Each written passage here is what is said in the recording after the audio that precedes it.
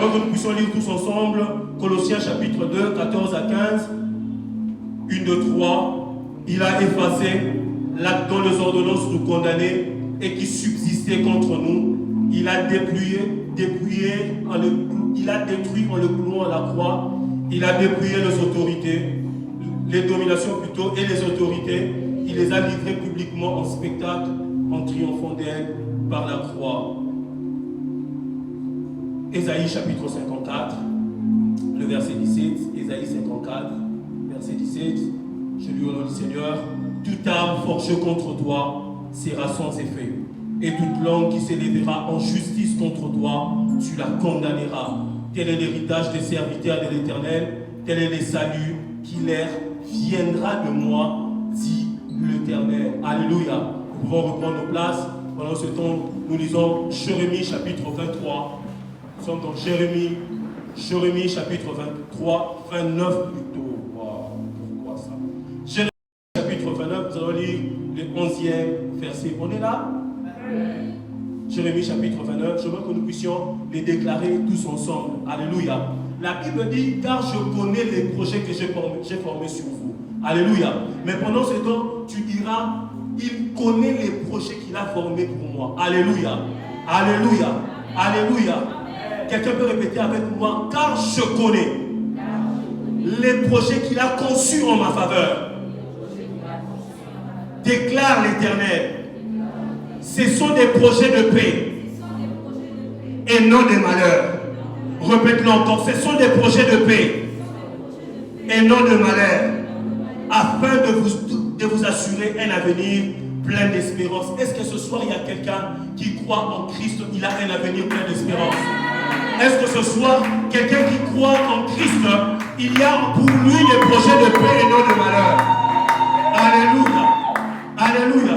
Bien-aimé, d'entrée de jeu, j'aimerais vous donner la raison pour laquelle Jésus a effacé les actes dont les ordonnances nous condamnaient et qui subsistaient contre nous. Ce que j'aime dans ce passage est que Jésus n'a pas seulement effacé les actes qui condamnaient les gens ou les destinés, mais Jésus a effacé les actes qui condamnaient ta famille, mais aussi des actes qui subsistaient contre ta famille.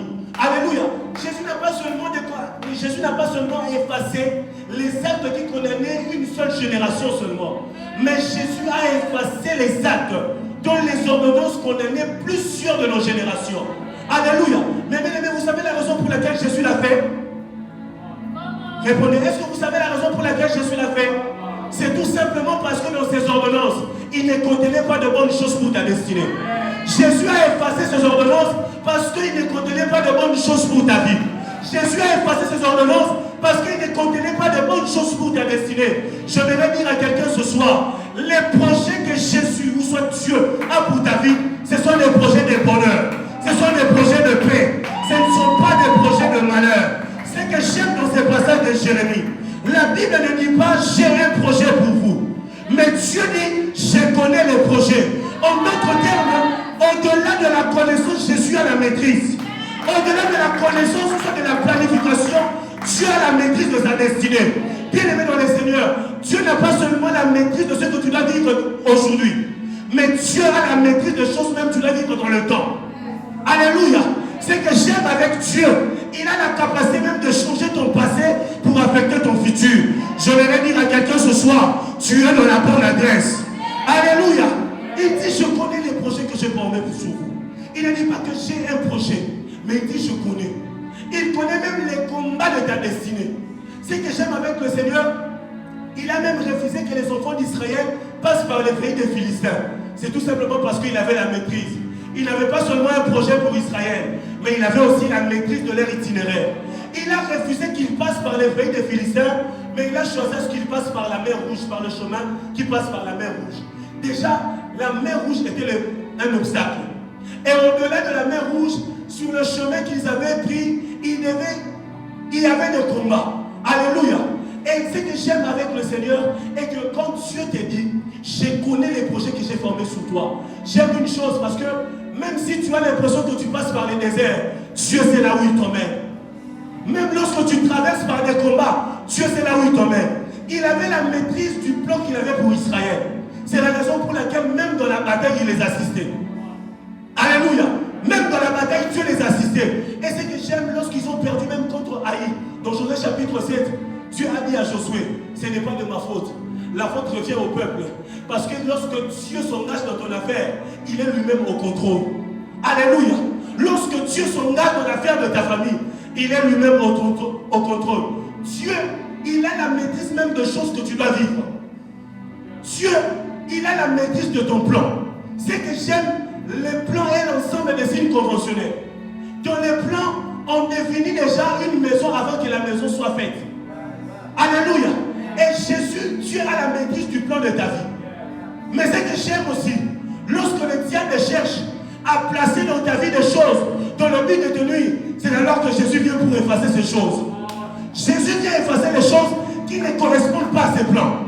Jésus vient effacer les choses qui ne correspondent pas aux choses qu'il a établies pour ta destinée. Oh, c'est pourquoi je vais déclarer dans la vie de quelqu'un. Ce soir, Dieu va effacer les choses que le diable a infiltrées dans ta vie dans le but de nuire ta destinée. Dieu va effacer toutes les choses qui ne correspondent pas à ta destinée. Alléluia. C'est la raison pour laquelle nous avons dit dans Colossiens, il a effacé l'acte dans les ordonnances que nous connaissons et qui subsistaient contre nous. Mes frères, je voudrais nous dire ce soir, c'est une soirée de prière. Alors que tu es là, sois conscient de ce que Dieu a dit dans la Bible. Et ce soir, tu vas prier en fonction de cela. Alléluia. Bien aimé, il y a des temps où lorsque nous venons de la présence de Dieu, nous avons raté par habitude. Oh non, j'ai l'habitude de venir, j'ai l'habitude d'écouter la parole. Il y a des temps lorsque nous venons dans la présence de Dieu, nous devons avoir la rage de voir les choses changer. Qu'il pleuve ou qu'il neige, toi tu dois avoir la rage.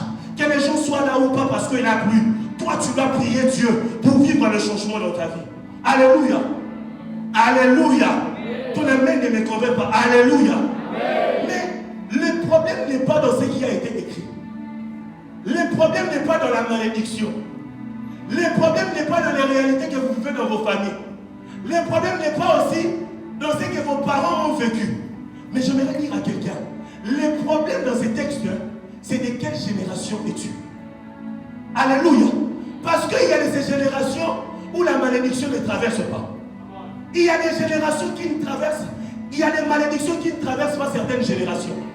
Il y a des problèmes qui ne traversent pas certaines générations. Il y a des combats qui ne traversent pas certaines générations. Je crois dans l'Exode chapitre 38 ou 34, Moïse priant Dieu, il dit ceci: tu es celui qui nous fait grâce jusqu'à 1000 générations. Et ensuite il dit, tu es celui qui punit l'iniquité des pères jusqu'à la 3e et la 4e génération.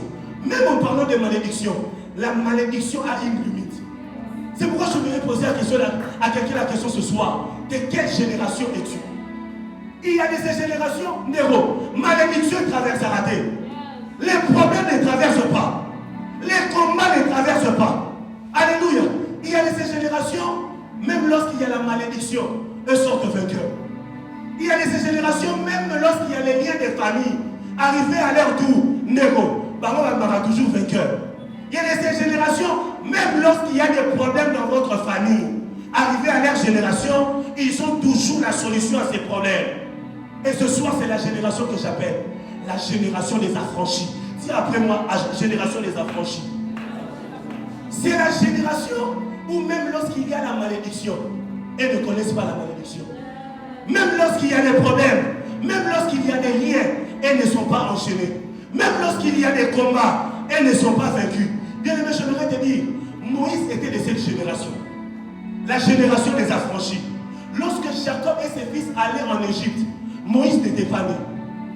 Moïse, à sa naissance, il a déjà trouvé que les peuples étaient déjà des esclaves. Alléluia. Même lorsqu'il a voulu naître, lors de sa naissance, bien aimé, il a déjà trouvé un décret qui l'empêchait même de naître. Mais la Bible dit, malgré ces décrets, Moïse a porté à Maki. Alléluia. Mais c'est que j'aime une chose, malgré ce qu'il a trouvé, Moïse était né, et puis il est celui qui a libéré son peuple. Bien aimé, je voudrais te parler ce soir. Je ne sais pas dans quelles circonstances tu étais né. Je ne sais pas quelles sont les réalités que tu as trouvées dans ta famille le jour où tu es né. Mais je voudrais te dire ce soir, tu es une génération différente. Je voudrais te dire, même si tu ne crois pas, tu es une génération des affranchis. Alléluia. Moïse était de cette génération. Malgré les décrets qu'il avait trouvés, il a fini par réussir sa mission. Malgré les combats qu'il a trouvés, les circonstances n'étaient pas favorables. Mais Moïse a libéré le peuple. Alléluia. Moïse n'était pas seulement de cette génération. Il y avait aussi Esdras. Esdras aussi était de la génération des affranchis. Je vais dire à quelqu'un, vous savez, alléluia. Donc ça, le rôle dans la période, il y a plein de rois. Donc Dieu va dire que non, ceux qui l'histoire t'a compté, moi je me remets. Je vais dire à quelqu'un, aux hommes, toi, comme il sera mal, il la famille, ton ami ne les convainc pas. Esdras était de cette génération. Esdras, lorsqu'il est né, il a déjà trouvé les Israélites étaient déjà en déportation. Mais avant, ce n'était pas même lui qui avait péché. Esdras n'a pas péché pour être en déportation. Ce sont les pères qui ont péché. Mais c'est la faute des pères. Les fils ont été victimes. Comme dans Jérémie, la Bible dit, Jérémie dit ceci, Jérémie 31, la Bible dit, les pères ont mangé des raisins verts, mais ce sont les dents des fils qui sont agacés. Et c'est que nous voyons. Esdras n'avait pas péché. La génération d'Esdras n'avait pas péché non plus. Ils ne savaient même rien. Ce sont les pères qui ont péché. Mais ce sont les fils qui sont en déportation. Je vais dire à quelqu'un ce matin.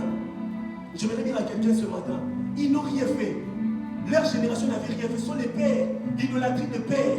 C'est à cause de l'idolâtrie de pères qu'ils ont été emprisonnés. Mais ce que j'aime, Esdras était de la génération qui était retournée en Jérusalem. Je vais dire à quelqu'un ce matin. Je ne sais pas quels sont les pactes qu'ont conclus vos pères dans vos familles. Je ne sais pas quelles sont les alliances que nos pères ont conclues dans nos familles. Il y a ces gens qui vivent des malédictions, soit des maladies transgénérationnelles. Ils ne connaissent pas la cause. Ils ne connaissent pas les sources. Les sources, la source plutôt, ou soit les sources peuvent être les péchés de nos pères.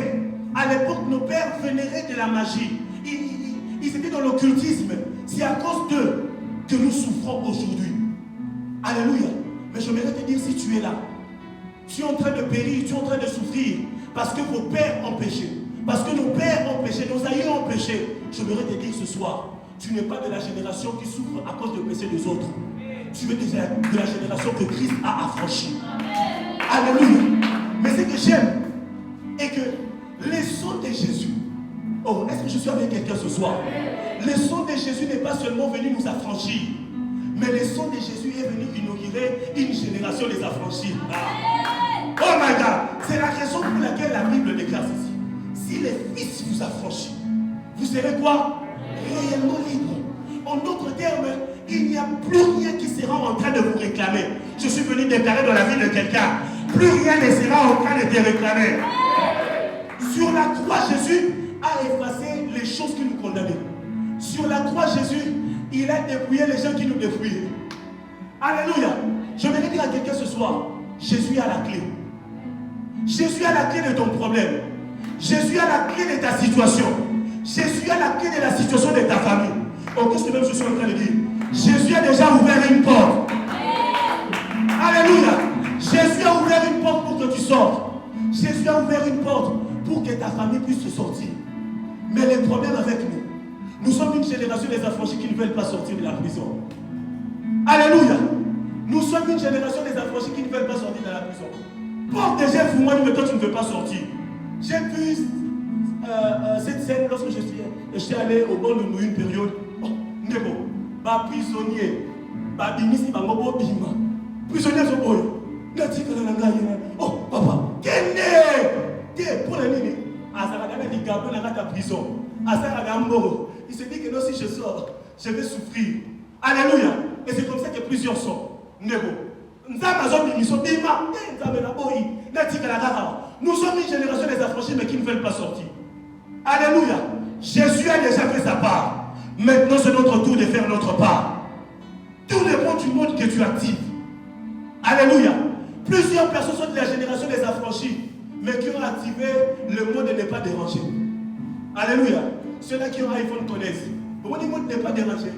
Même si on t'appelle, il y a un problème de vous. L'appareil de votre correspondant est soit éteint ou soit hors du périmètre cellulaire. Ça ne passera pas. iPhone, vous êtes là. iPhone, vous êtes là. Répondez-moi non. Vous êtes là.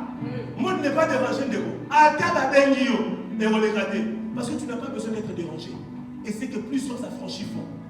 Même lorsque autour de toi, il y a des gens qui meurent, saison après saison, toi tu n'es pas dérangé. Tu es dans ton coin, tu es assis. Même lorsque la souffrance ronge ta famille, tu ne fais rien, tu es assis, tu n'es pas dérangé. Maud n'est pas dérangé. Bien-aimé dans le Seigneur, ce soir, nous allons activer le mot de prière. Ce soir, nous allons activer le mot de chono. Ce soir, nous allons activer le mot de foufou. Alléluia. Alléluia. Alléluia.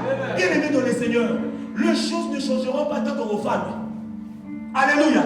Ce que j'aime avec la génération des affranchis, il y a toujours une personne que Dieu sélectionne dans la famille, afin qu'il joue un rôle de libérateur. Alléluia. Bien-aimé, je voudrais te dire ce soir, tu es le choix de Dieu pour ta famille. Tu es le choix de Dieu pour ta destinée. Tu es le choix de Dieu pour les autres. Ne peux pas amener l'ordre de ce pas mis en maille. Amen. Amen. Tu seras un avis. Alléluia.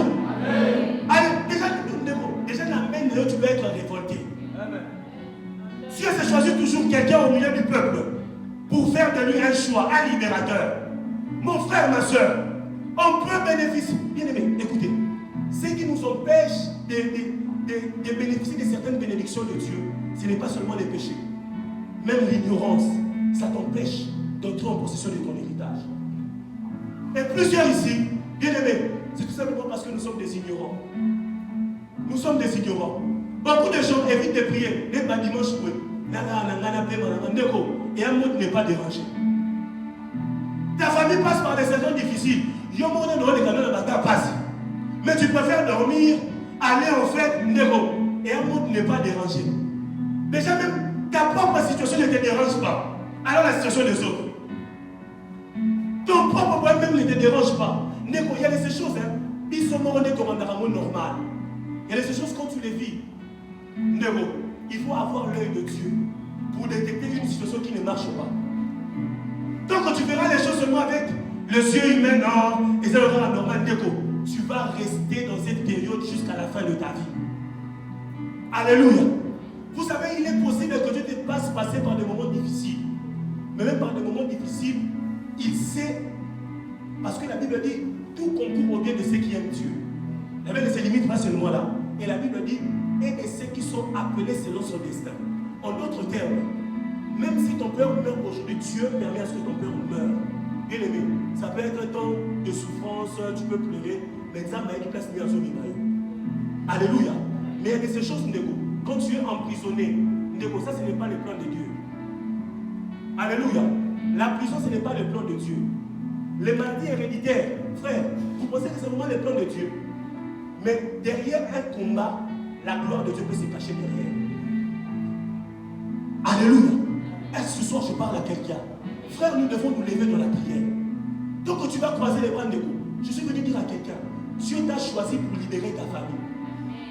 Plusieurs personnes se considèrent comme généreux. Non, je suis le plus petit. Ma famille même je suis le moindre de ma famille. Bien aimé dans le Seigneur. Avec la grâce de Dieu, il n'est pas question de moindre. C'est que j'aime, la grâce de Dieu vient dans ta vie comme une valeur ajoutée. Même si toi-même tu te considères comme quelqu'un qui n'a pas de valeur. Grâce à Dieu, amener au paix sans valeur. Alléluia. Et pour prier, deux choses que nous devons savoir afin d'être affranchis. Deux choses que nous devons savoir pour être affranchis. La première des choses, lorsqu'on efface un décret, on doit les remplacer par un autre. Alléluia. Quelqu'un me comprend ce soir. Lorsqu'on efface un décret, on doit remplacer ces décrets par un autre. Je parle sous réserve de juriste. La loi dit ceci. Lorsqu'on abroge une loi, on doit prendre d'autres dispositions pour remplacer cette loi. Quelqu'un est là ce soir avec moi. Et c'est ce que Jésus a fait à la croix. Jésus n'a pas seulement effacé, mais Jésus a pris aussi d'autres dispositions pour remplacer la malédiction qu'il avait effacée. Les textes que nous avons lus de Ésaïe chapitre 54, c'est l'une des dispositions prises à la croix par Jésus. Quelqu'un va me poser la question, comment était l'Ancien Testament? Dans le Nouveau Testament, la Bible dit ceci. Ésaïe dit ceci, toute arme forgée contre toi sera quoi? Ni le sans effet. Mais dans le Nouveau Testament, la Bible dit ceci, que nous sommes cachés en Christ. Et Christ en Dieu. En d'autres termes, même quand je marche, ce n'est plus moi qui marche, c'est Christ qui marche en moi. Alléluia. Et quand Esaïe dit, toute arme forgée contre toi, bien aimé dans le Seigneur, question, est-ce qu'une créature peut faire du mal à son créateur? C'est la disposition que Jésus a prise. Je vais déclarer dans ta vie, mon frère, personne ne te fera du mal. Oh, je vais te dire ce soir, personne ne fera du mal à ta famille. Parce que Jésus vit en toi, tu es intouchable. Dis après moi, je suis intouchable. Dis-le encore bien, je suis intouchable. Frère, parce que Jésus vit en toi, personne ne peut toucher à ta vie. Quelle est la créature qui peut toucher à son créateur? Alléluia. Et la Bible dit encore ceci. Toute arme est forgée contre toi. Bien-aimé dans le Seigneur, la Bible nous dit dans Colossiens que Jésus les a dépouillés. Jésus a dépouillé les autorités. Bien-aimé dans le Seigneur, comment un dépouillé peut forger une arme? Alléluia. Comment un dépouillé peut forger une arme? Déjà, l'arme on donne à ceux-là qui sont en service. Celui qui est dépouillé, désarmé, ne peut pas avoir une arme. Déjà, c'est contre la loi. Je vais dire à quelqu'un ceci. Un dépouillé ne peut pas utiliser une arme à feu, mais un dépouillé peut utiliser une arme à jouer. Je vais te dire, le diable dans ta famille, il n'utilise pas une arme à feu. Et ça, vous dites à jouer, vous dites à balle. Ne te laisse pas intimider. Je suis venu dire à quelqu'un, Jésus les a dépouillés. Oh, aide-moi à dire à ton voisin, Jésus les a dépouillés. Je vais te dire, mon frère, ne te laisse pas intimider. La seule chose qu'ils ont, c'est de forger les armes. Bien aimé dans le Seigneur, ils forgent les armes qui n'auront aucun effet. C'est une perte de temps. Bien aimé dans le Seigneur, mais à ta famille, dis-toi qu'ils sont en train de forger les armes. À ta qui me donne un couteau sur le caillou, le gars qui est en train de forger les armes. À ta besoin de passer par des temps difficiles. Dis-le que vous êtes en train de forger les armes. La Bible déclare, toute arme forgée contre toi sera quoi? Sera nulle sans effet. Ils sont en train de t'intimider. Ils sont en train de nous intimider. Bien aimé dans le Seigneur, forger une arme qui n'aura aucun effet, c'est une perte de temps. Je vais le déclarer dans ta famille. Tout ce que les sorciers de ta famille feront sera sans effet. Ça sera une perte de temps. Héros, pourquoi votre amen me dérange? Alléluia. Je te mets un amen comme si quelqu'un qui ne croit pas. Est-ce que quelqu'un croit ce soir? Et la deuxième disposition qu'a pris Jésus à la croix, vous savez si c'est quoi? Oh, répondez-moi non. On veut déjà prier. Nous sommes dans Éphésiens chapitre 1. Lisez avec moi. Éphésiens chapitre 1. Mon frère, aujourd'hui nous allons prier. Aujourd'hui les choses vont changer. Ah, tu ne crois pas. Je disais aujourd'hui les choses vont changer. Je suis dans Éphésiens chapitre 1 verset 3. Qu'est-ce que dit la Bible? Est-ce qu'on peut lire ensemble 1, 3? Béni soit Dieu, le Père de notre Seigneur Jésus, qui nous a bénis de toutes sortes de bénédictions spirituelles dans les lieux célestes. En qui? En qui? Je ne vais même pas être dans les lieux célestes et en Christ. Parce que là, ça serait encore nous compliqué. Parce qu'il y a la bénédiction spirituelle. Yes. Alléluia. Amen. Lorsque la Bible parle de bénédiction, bénédiction ne peut dire miracle. Miracle au-delà de la bénédiction que nous connaissons. Des bonnes paroles, ça veut dire être traité de paix. En d'autres termes, quand Dieu te bénissait, il a d'abord enlevé la malédiction. Il a établi la bénédiction. Et là, ça veut dire être traité de paix. En d'autres termes, Dieu t'accordait une faveur pour être en paix avec lui. Bien aimé dans le Seigneur, tant que tu seras malade, tu ne seras pas en paix avec Dieu.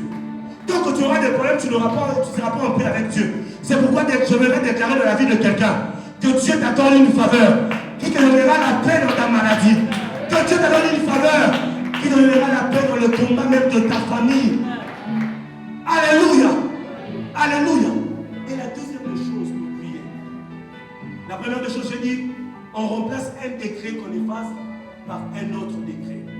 Et la deuxième des choses, bien aimé dans le Seigneur, si tu veux que les choses puissent changer, si tu veux être une génération des affranchis, qui affranchira le membre de ta famille, même ta famille, bien aimé, tu dois te révolter dans la prière.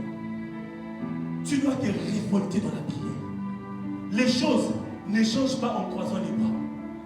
Ma soeur, célibat ne vous méritez. Tu vas seulement préférer dormir à la maison au lieu de venir prier. Rester à la maison au lieu de venir prier. Nous devons être révoltés. Les choses ne changent pas en croisant les bras. Mais les choses changent lorsque nous nous levons. Alléluia. Dans Juge chapitre 8, verset 4, la Bible parle des Gédéons. La Bible dit ceci. Gédéon et ses 300 hommes, ils étaient fatigués. Mais ils continuaient à courir. Je voudrais dire à quelqu'un, la révolte anéantit même le pouvoir de la fatigue dans ta vie. Celui qui est révolté, il ne verra pas qu'il est fatigué pour prier. Celui qui est révolté, il ne verra pas les circonstances qui sont autour de lui pour prier. Regarde la situation de ta famille. Qu'est-ce que cela t'a fait? Combien d'années cette situation persiste? Depuis que tu as commencé à chercher le travail, jusqu'à aujourd'hui tu ne trouves pas du travail. Alors que la Bible dit qu'il a le cœur de roi entre ses mains. Quand elle parle de roi, elle fait allusion aux autorités. C'est-à-dire, un DG d'une entreprise, tu as son cœur. Un directeur de ressources humaines d'une entreprise, tu as son cœur. Ça doit te révolter, mon frère. Gédéon fatigué, mais il courait. Il poursuivait parce qu'il savait. Il était révolté. Il voulait mettre fin à cette situation. Mon frère, ma soeur, nous devons prier. Nous devons prier et être révoltés. Bien-aimé dans les Seigneurs, celui qui est révolté, il ne regarde même pas le nombre de fois qu'il a prié. Mais il tient compte à Dieu. Il continue à croire en Dieu. Frère, tu dois te révolter pour la situation de ta famille. Tu dois te révolter dans la prière. Ne pas tout ça, c'est arabe. Tu es sûr, et si les cieux levaient le côté. À tout le monde, c'est comme les blessés qui m'ont dit de lever le côté. Prends un coup de ça, tout côté. Alléluia. Vous n'avez jamais vu vous tuer un sorcier, mais qui ne résout pas l'arabe. Dans mon route, le route est diminuant. À notre époque, quand on grandissait, pendant que tout le monde qui n'a pas je vais dire mon époque, tu sais, non? Pendant que tout le monde n'a pas attends tout le monde. Mais pourquoi me construire parce que on s'est dit, nous sommes le hôtel. Mais nous devons nous révolter dans la prière. Tu dois te lever dans la prière, te fâcher dans la prière, jusqu'à ce que tu vas voir la main de Dieu. Il y a des combats, il y a des résultats que tu ne l'obtiendras pas en une seule fois. Il y a des résultats, mon frère, qui demandent à ce que tu continues à prier Dieu. La Bible nous dit dans Josué, chapitre 11, verset 18. La Bible dit ceci, la guerre qu'il livra contre tout ce roi durera de longues années. Il y a des combats, mon frère, seule la révolte qui minimisera la durée. Négo, si tu n'es pas révolté, frère, on semblera à la mort au lembi. On regarde Michel une fois, 2 fois, 3 fois, après le mino, tu dois te révolter. La révolte même t'empêche de regarder le temps. Mais la révolte te permet de te focaliser sur Jésus. Tu dois te révolter pour que ta situation change. Tu dois te révolter de la prière de Rose. C'est les cas dans le sambo. C'est les cas dans le sambo. On nous semble la penda, on dit dans le sambo penda, narcotique a été dit de reprendre la maille. Est-ce que vous pouvez me changer de son, s'il vous plaît? Narcotique a été dit de reprendre la maille.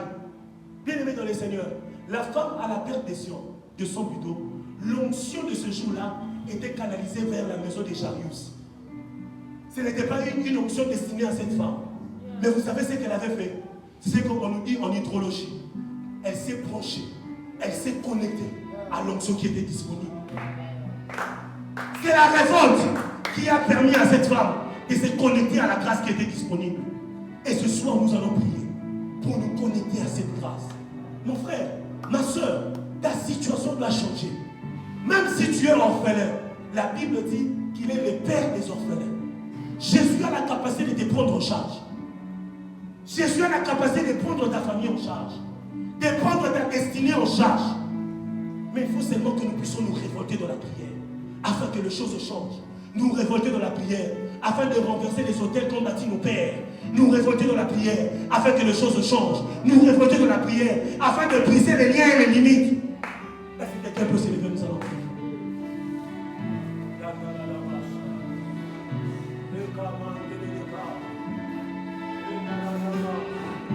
Commence déjà à monter. Commence déjà à vibrer. Commence déjà à monter. Commence déjà à vibrer. C'est ce soir. C'est ce soir. C'est ce soir. Celui qui est révolté ne tient pas compte de son voisin. Celui qui est révolté ne tient pas compte de la position. À cause de la position, nous sommes. Oh, soifé. Oh, Shereka Makari Arago. Tu es de la génération des affranchis. Je ne sais pas de quelle génération tu es. Je suis venu dire à quelqu'un, tu es de la génération des affranchis.